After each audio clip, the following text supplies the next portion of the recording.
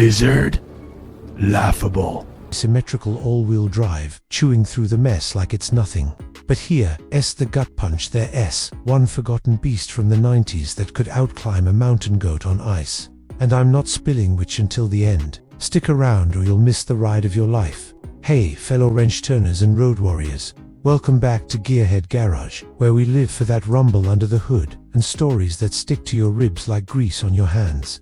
I'm your host, Mike been elbow deep in engines since I was knee-high to a carburetor. And today, we're re-diving into 9 old Subaru models that were forged in the fires of rally hell and built to conquer any terrain Mother Nature throws at YA. These ain't your shiny showroom posers, these are the battle-scarred heroes that turned Subaru from a quirky Japanese import into the king of gunnyware grit. We're talking boxer engines punching above their weight, a WD that grips like a pit bull, and quirks that'll make you chuckle over a beer in the garage.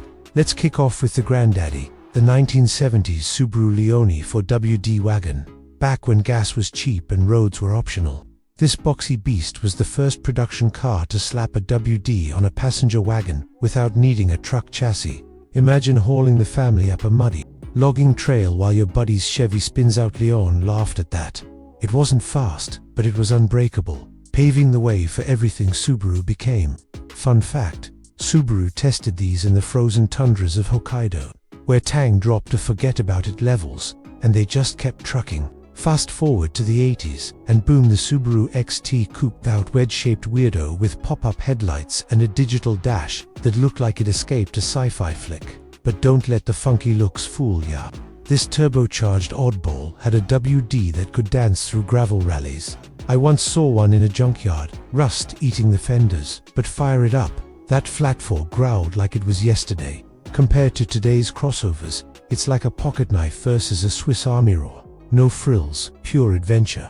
Then there's the Brat. Oh man, the bi-drive recreational all-terrain transporter, Subaru's love letter to rednecks and hippies alike. Mid-70s to 90s, this mini-truck with jump seats in the bed, rear-facing plastic chairs for your buddies to moon the world, and optional for WD, that turned it into a dune-bashing demon. Carroll Shelby even tuned some for Chrysler.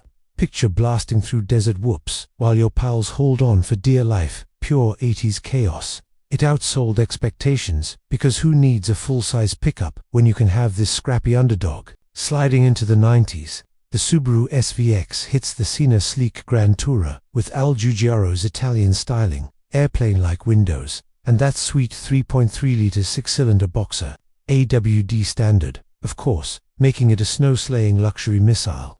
But here's the insight that blows my mind. It was ahead of its time, with aerodynamics that'd shame modern EVs, yet Subaru only built M for a few years because folks wanted trucks, not art. I drove one once on a twisty coastal road, felt like flying low, gripping corners where Porsches would weep.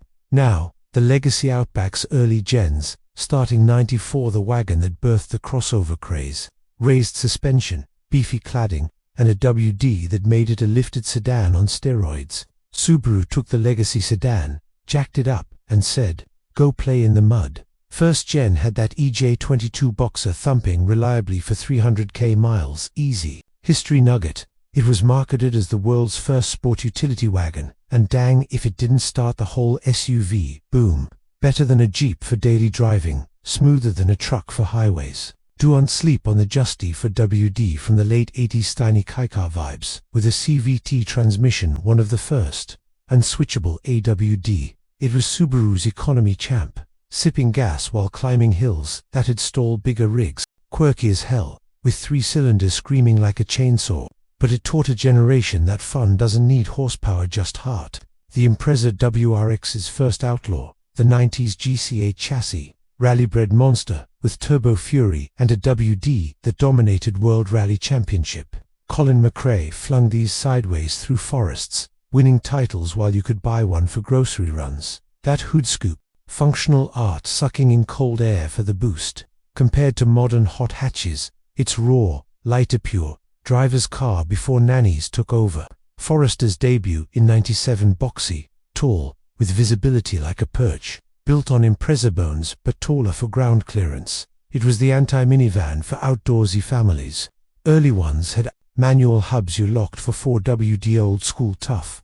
I towed a trailer with one up a sketchy fire road. It clawed like a bear.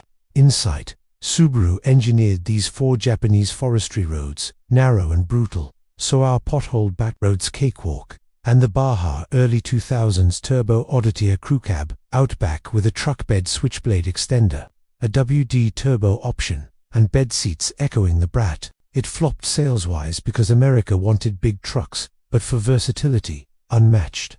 Haul dirt bikes by day, cruise date night by well, with the top down. We've torn through mud, snow, and history. But that hidden gem I teased. The 90s Subaru Samba Dias Kaiv Antony, 660cc engine, AWD, and slidey doors for van life on steroids. This microvan climbed Japanese mountain passes loaded with gear, predating modern adventure vans. Forgotten here, but in rally mods overseas. Legendary for sliding through anything on bald tires.